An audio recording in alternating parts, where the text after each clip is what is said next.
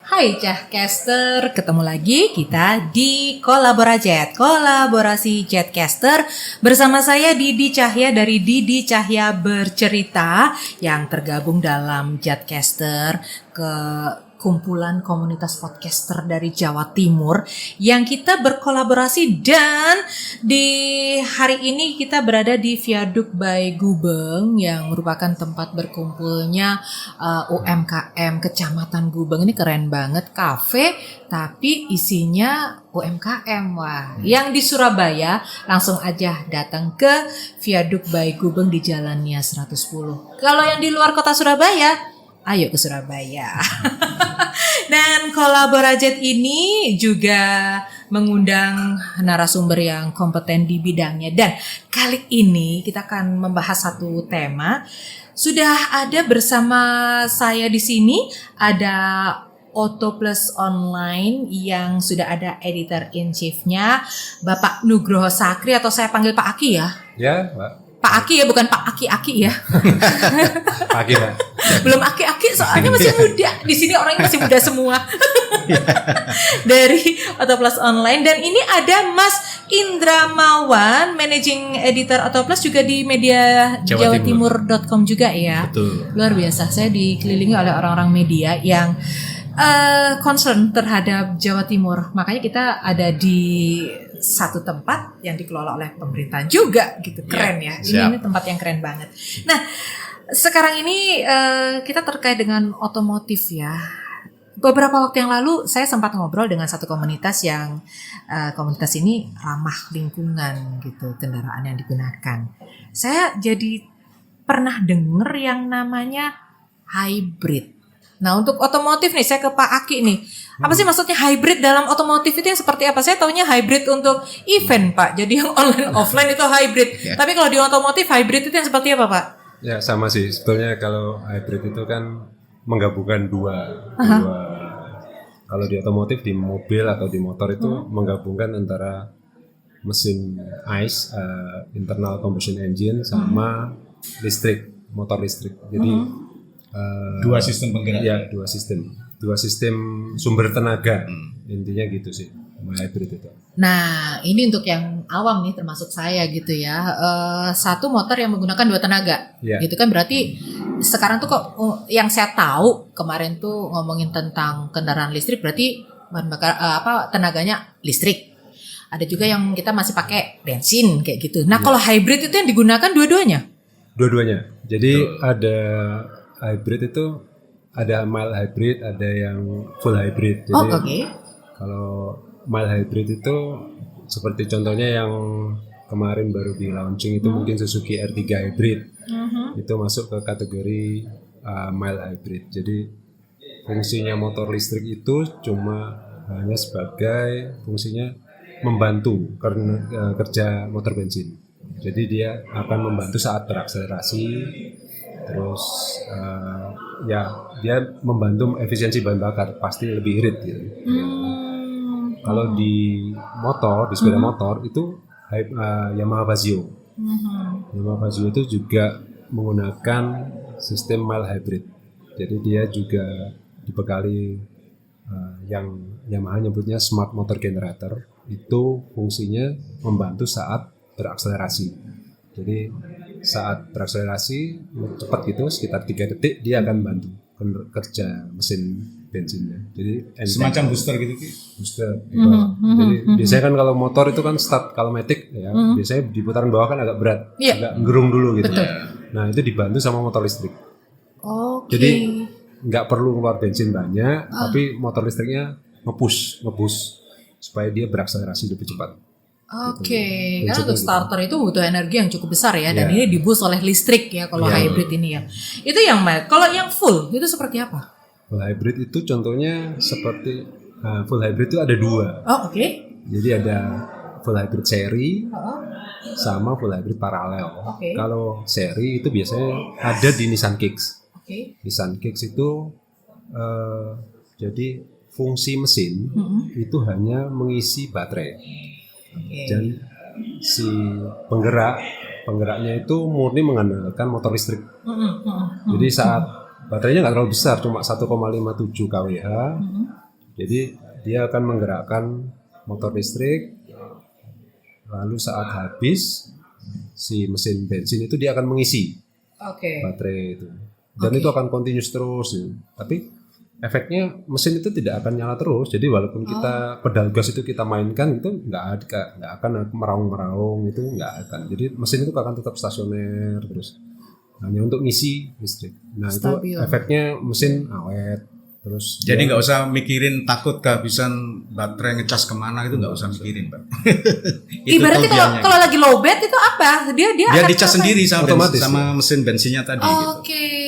Dan hebatnya lagi tuh kalau turunan kita cuma angkat gas malah ngisi baterainya. Dia Deselerasi. dari gesekan roda itu ya, dia iya. malah mendapatkan itu kayak dinamo gitu kan. Iya, betul. Jadi- Hambatannya tuh panasnya itu jadi isi baterai.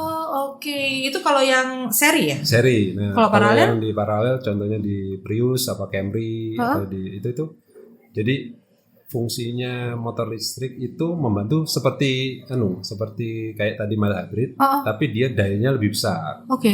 Jadi murni dia diputar rendah. Kalau seingat saya di Prius itu sampai kecepatan 30 itu murni dia motor listrik. Jadi misalkan kita jalan pelan terus itu di kota cuma 30 itu kita jalan dengan kendaraan listrik, murni listrik. Tapi begitu beralih ke naik itu kecepatannya dia akan berpindah ke motor bensin dan itu nggak kerasa jedanya perpindahan, tahu-tahu mesin nyala gitu.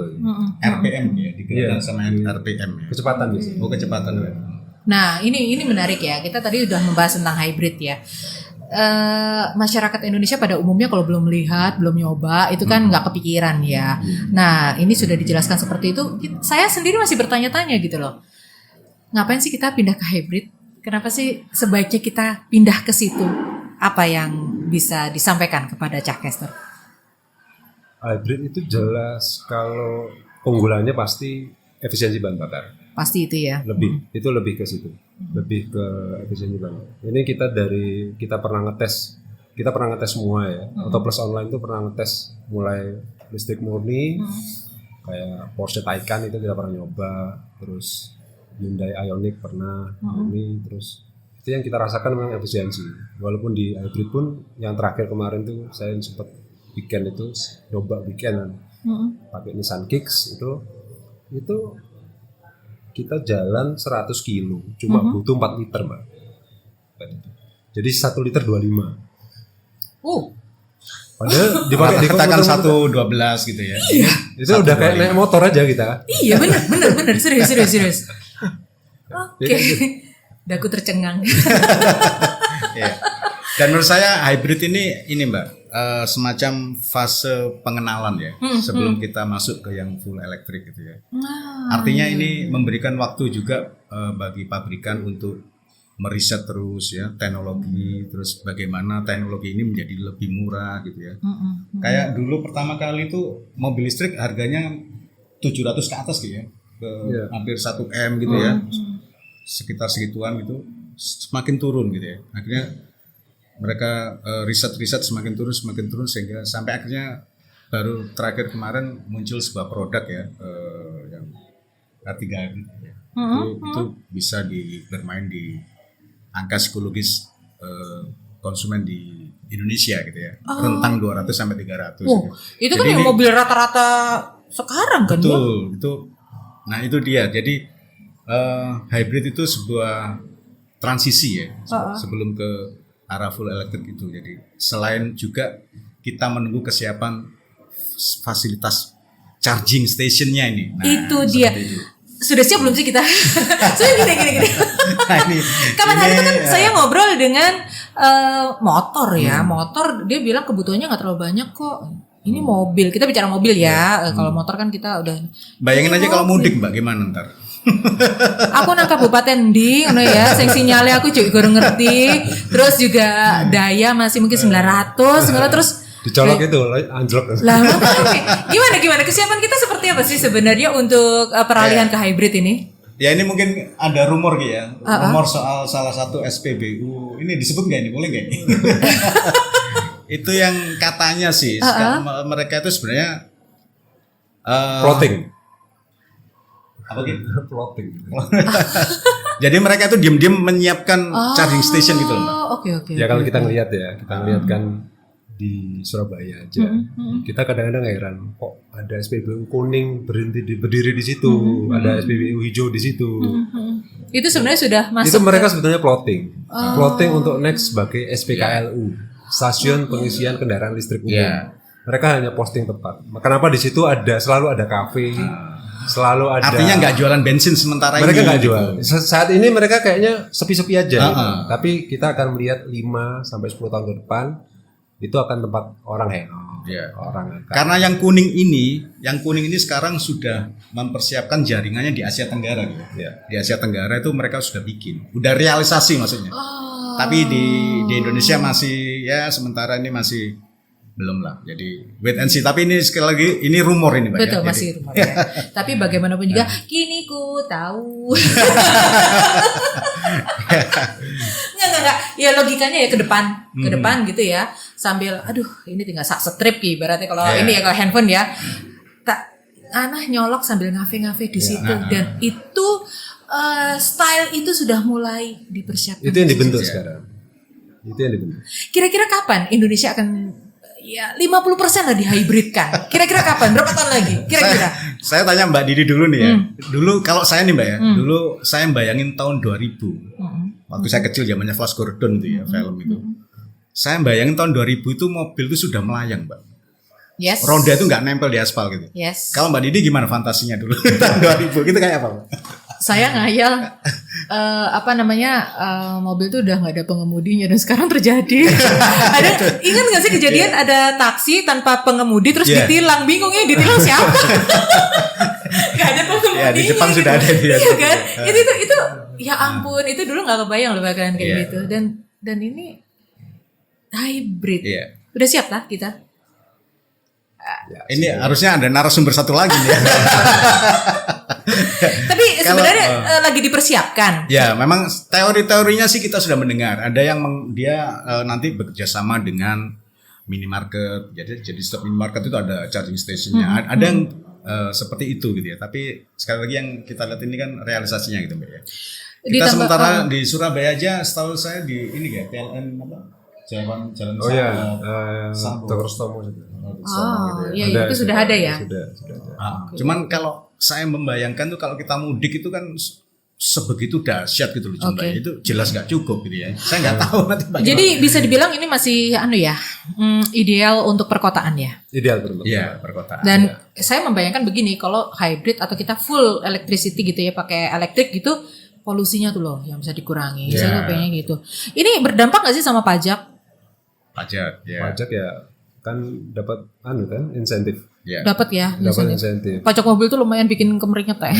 Nggak cuma lampu siaran ini aja bikin kemeringet, tapi juga pajak mobil. Ya, karena programnya Pak Jokowi sendiri kan dia mengakselerasi untuk kendaraan listrik ya. Jadi memang serba dipermudah gitu Mbak. Untuk harga pajak itu serba dipermudah gitu. Kalau Gaikindo kemarin kan mengisyaratkan kalau bisa di range 200-300 gitu. Nah itu bagaimana caranya mobil listrik itu bisa di angka psikologis itu gitu, sesuai konsumen kita gitu. Jadi sebagai berbagai daya diterapkan ya, kayak pajak kayak Porsche kemarin lebih ini ya bermain pajak. Dia diuntungkan dengan pajak yang murah untuk listrik ya, kendaraan listrik, sehingga Porsche pun jualan ke sini akhirnya gitu. Tapi itu kan kita melihat dari segi teknis, dari segi produsen itu bahwa kita sudah mempersiapkan ke situ. Tapi sebenarnya masyarakatnya sendiri udah siap belum sih? Sudah, apalagi mungkin dari event-event pameran atau apa itu sudah ada kecenderungan mereka mau beralih nggak sih? Gitu.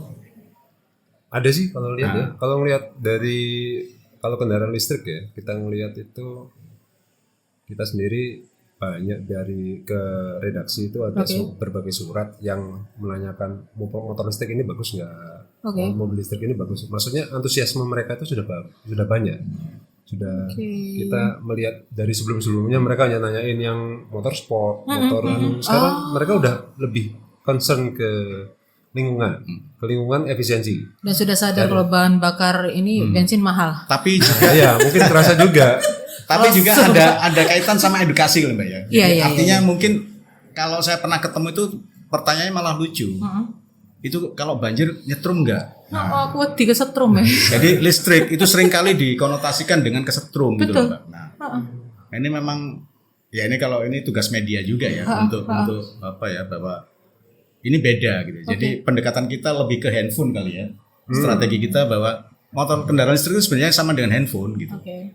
Salah satu produk ini sudah modelnya kayak handphone ya. Jadi motor itu bensinnya baterainya habis dicepot gitu. Ya. Dia dicas. Nah, ganti yang baru ditancepin. Ada yang model gitu. Dan sekarang di Jakarta udah nggak tahu Surabaya. Di ada, Jakarta kan ada. banyak kan, jadi Di Pondok Indah. tinggal masukin ini yang ngecas terus ngambil yang baru yang udah full gitu ya. kan, gitu. Jadi psikologisnya diarahkan ini sama handphone. Gitu. Jadi menurut saya kita kurang disosialisasi dan edukasi ya. Mestinya seperti itu kalau kita lihat ya. Nah, Kalau berarti kalau mau edukasi dan sosialisasi ada di Autoplus kan? Oh, harus gitu. tugas kita bersama ya, termasuk Jatim Podcaster ini ya.